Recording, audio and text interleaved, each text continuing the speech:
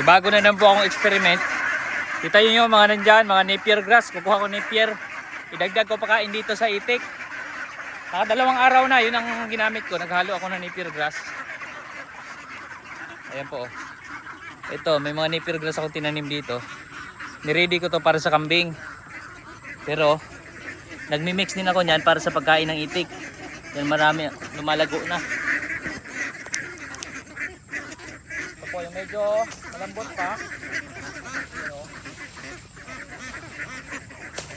Halo ko doon sa kangkong.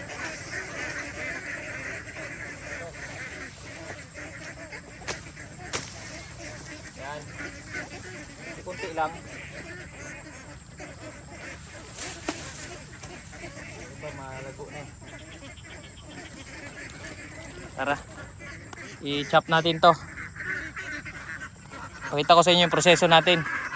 Ang kakain ito mga itik na pinapalaki pa lang. Yung itik naman na nangingitlog na, feeds na ang pinapakain ko doon. Nagbibigay lang ako konting mga ganito. Pero ang main na feeds nila, ayan, yung mga malalaking yan, naka-feeds na yan. Yung feeds na pampaitlog na binibigay ko dyan. Actually ngayon, meron niyang 20 piraso, may siguro mga 4 o 5 lalaki yan. So ang nangitlog pa lang is nasa 6 na. Ayan, i-chop ko muna to. Chop. May nakuha na rin akong kangkong. Ito. Ayan, isin natin. So yung nasa sako, kangkong na yan. So dyan tayo nagcha-chop. I-chop lang natin to. Tapos may darak na rin ako dinala. Yun na lang, haluan natin ngayon na haluan natin ang itong mga to. Kangkong, napier grass. May mais din. So, ito yung routine ko dito tuwing hapon ako naman ng kangkong. Yung kinukuha kong kangkong hanggang 2 araw na yan.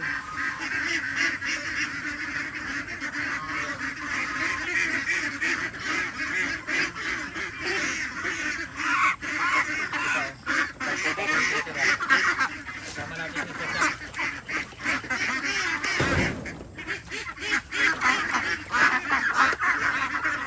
yung wire, extension wire.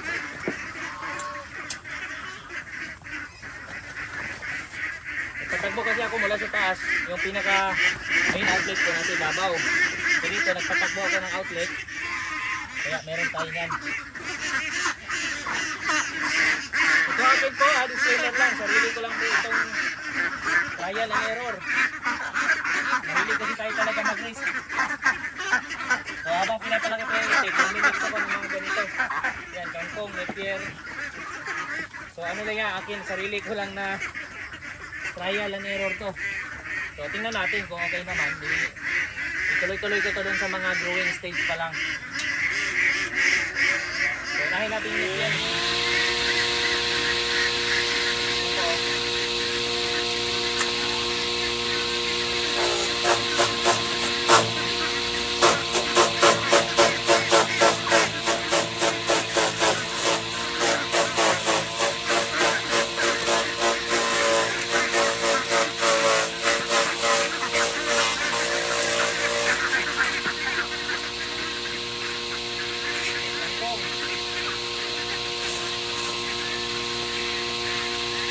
Kung gaano ko lang kumain ng itik natin.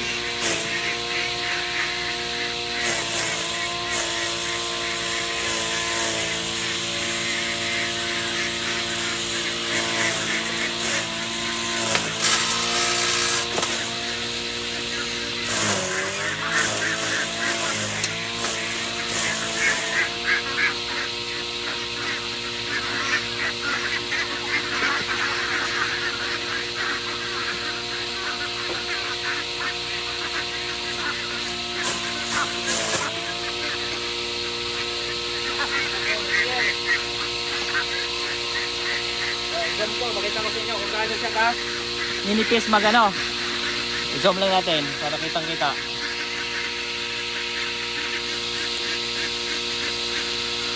Yan.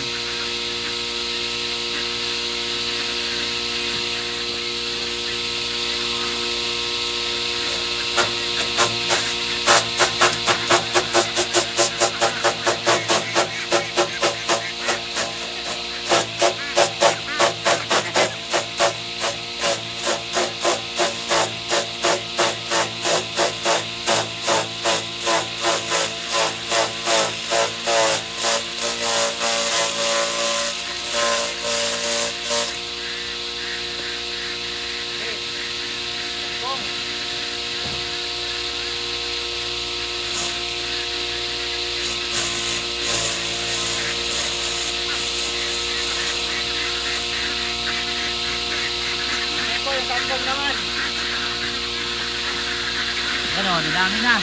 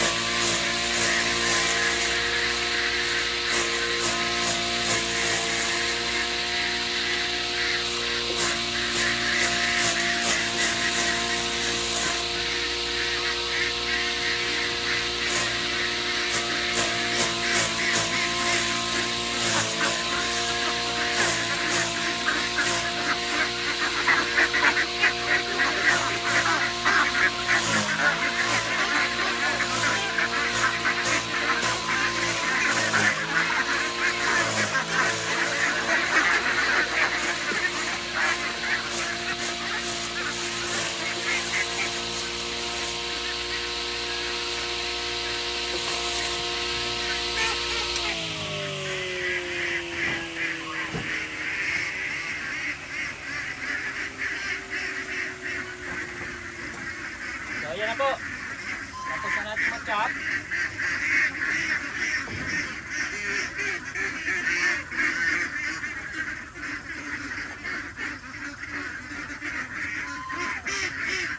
So ito na po. Ngayon, inimix naman natin ito dun sa mais at barak. Yung mga medyo natatapon-tapon dyan, binabalik-balikan pa rin yun ng itik. Kasi na-access nila dito. Kasi andyan lang naman po yung mga itik natin. Oh. Accessible nila dito. So tara, magmi-mix naman tayo. Mixture naman ang ating papakita. Sa ano to, pangalawang araw ko nang nagmi-mix ako ng napier grass. Ang napier grass maganda yan sa kambing. Actually, ginagamit din namin yan sa baboy. So far okay din naman. Dito, gusto ko lang dito. Ready ko lang yung ibang mga pang-mix natin. Andun sa baba eh.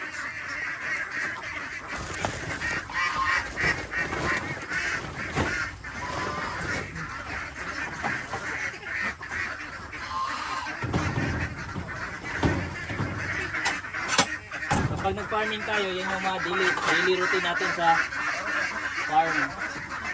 Maliban na lang pag mayroon tayong caretaker.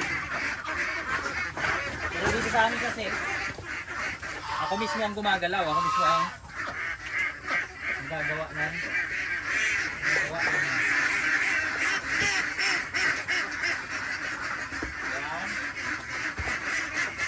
So ito kangkong naman. Magtitira lang ako konti ng kangkong. Ayan.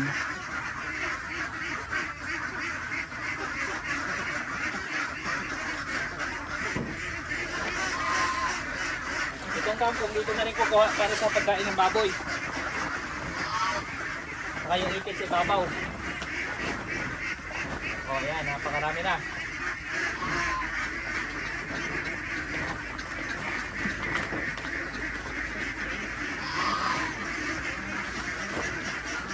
Itong paraan lang, ano lang ko lang to ha. Ito yung trial and error ko lang din. So para naman napakalakas kumain ng mga itik kasi sobrang lakas nilang kumain. Lalagyan muna natin tubig. Ayan. Wala tayong tubig dito. Ito yung malinaw na tubig natin. Wala sa bukal. Opya. So itong video, tinutuloy-tuloy ko lang. Less edit lang to para kita nyo mismo yung actual natin ginagawa dito sa farm. Ito yung pinaka main source namin ng tubig dito. Tabi po. Tabi po. Yan, tuloy-tuloy na agos po yan. Galing yan sa pinaka lupa, ilalim. So ayan.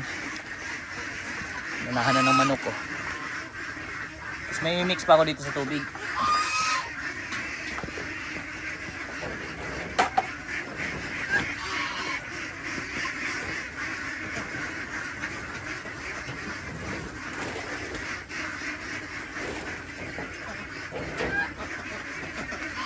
Yun, ihaluan ko naman ng vitamins din para hindi malumpo yung mga itik kasi mababa, walang feeds na halo yan.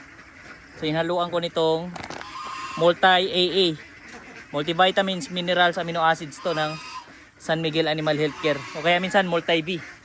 Yung mga hinahalo natin para sa tubig nila.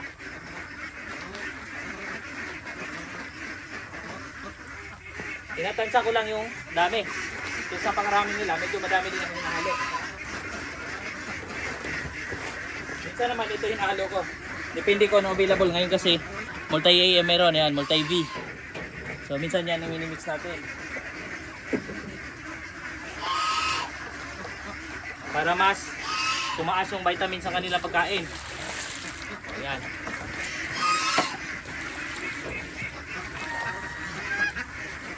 Ngayon, mikos-mikos na.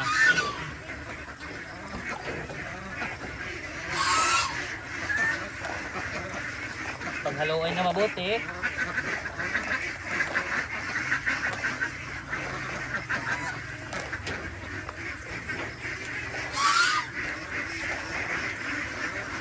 Ayan, okay na yan. Ito, gagawin ko pang-inom naman dito sa itik. Para mamaya.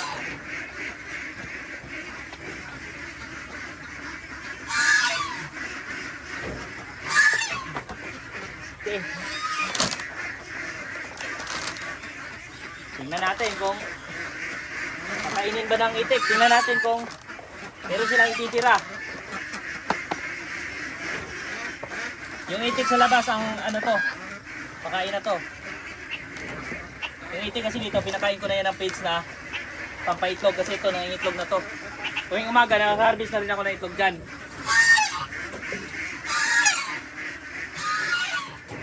Pero magbibigay pa rin ako sa kanilang konti pagkain.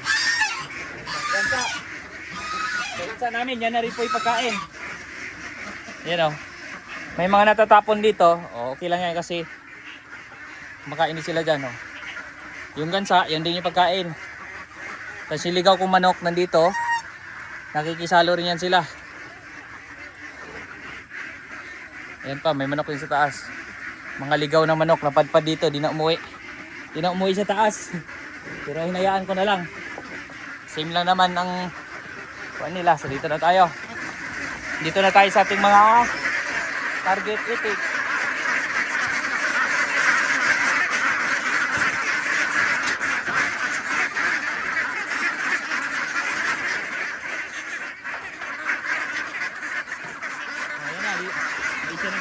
Di nakapag-antay oh. Ori na.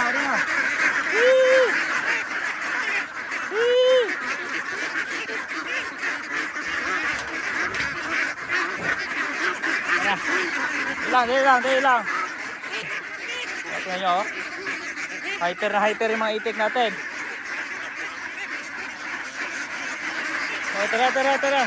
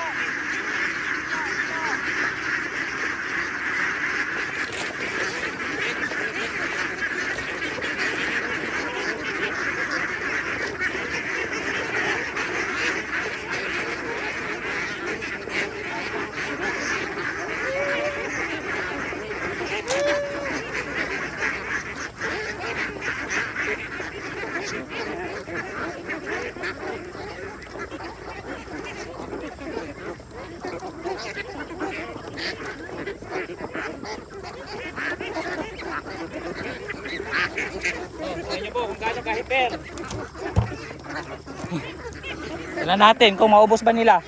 Silipin natin kung alin yung hindi nila makain. Pati manok po, nandyan oh. Ayun yung manok oh. Pero iba target na manok, yung mga insekto na nandito. Kasi ang dami pong naglilipad na insekto.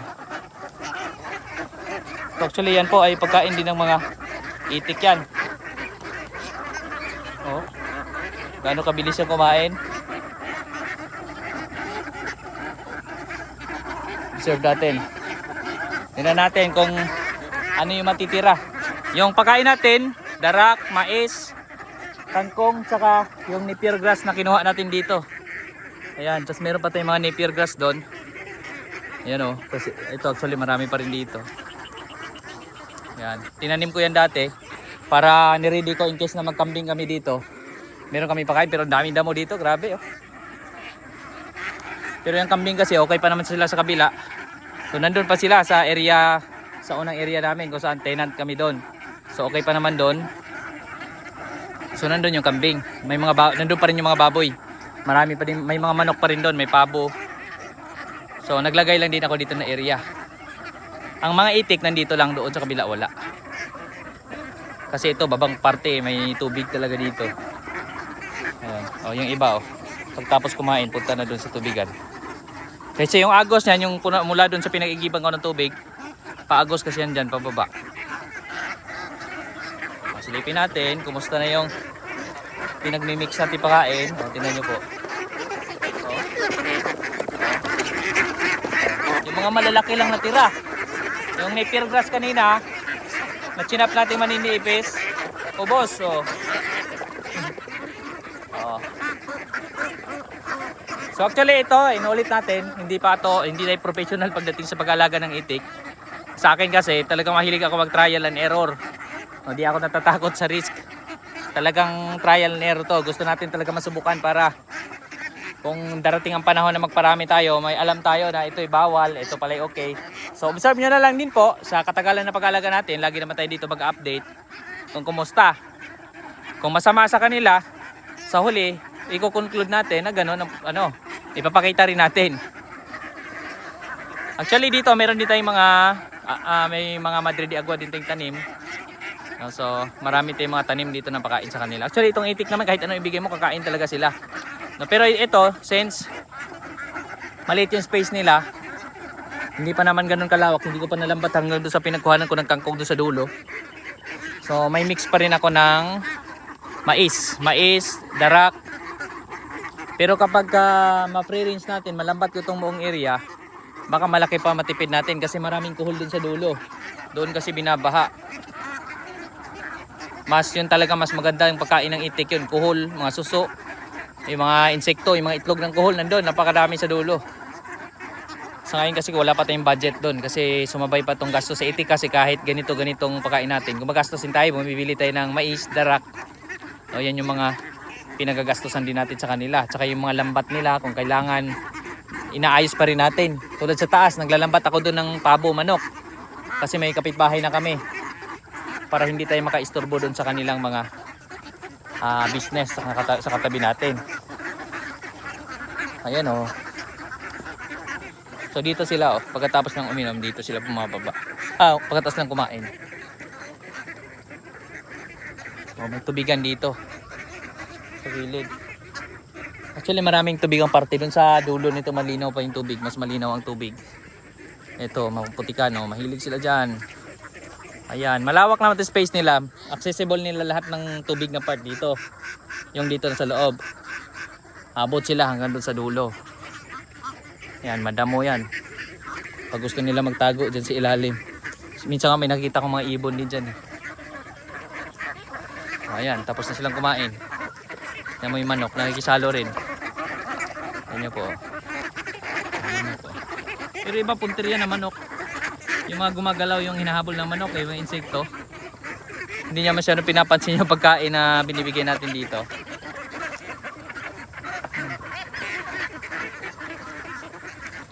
Ayan, tapos na. Kumusta? Oh, naiwan nyo lang talaga, mga malalaking chop lang. Kasi hindi man natin ma-perfect yung pag-chop. Na talagang parehong maninipis yung mga dulo-dulo. Malalaki talaga yan, oh. Pero lahat ng malinipis, maliliit, ubos, pati napier grass. sinerch ko naman yung Napier, may protein din naman siya, may fiber. So kaya sa kambing maganda siya. Sa kambing nga kahit purong Napier grass ang pakain pwede. So dito naman nagmi-mix tayo, hinahaluan ko ng Napier. So marami pa tayong target. Tsaka may nakita kong bagong damo na isi-search ko rin to mamaya pag uwi ko. Alamin ko kung pwede rin ba yun pakain sa mga itik. So may damo akong dinala na i-google ko rin mamaya. Dito kasi walang internet eh. So sunod naman baka kung maganda naman yung ano niya, content niya, may protein content din siya. Eh baka sunod isali ko rin sa patoka to. Ito. Hindi ko alam ano tawag dito. Kung alam niyo to, anong pangalan nitong damo na to? Marami kasi nito doon eh. Ayun oh. Alamin ko kung okay din to. Malay mo makadiscover tayo ditong maraming, kasi ang daming damo dyan. Baka makadiscover tayo ng damo na pwede pang idagdag pakain sa kanila na para makakales pa tayo ng pakain, no? So ayan. Okay na. Kumakain na sila. So ayan po. Yan po muna yung ating update mula dito sa ating mga itik. At muli po, maraming salamat po sa inyong pagsubaybay dito sa ating pag-aalaga ng itik.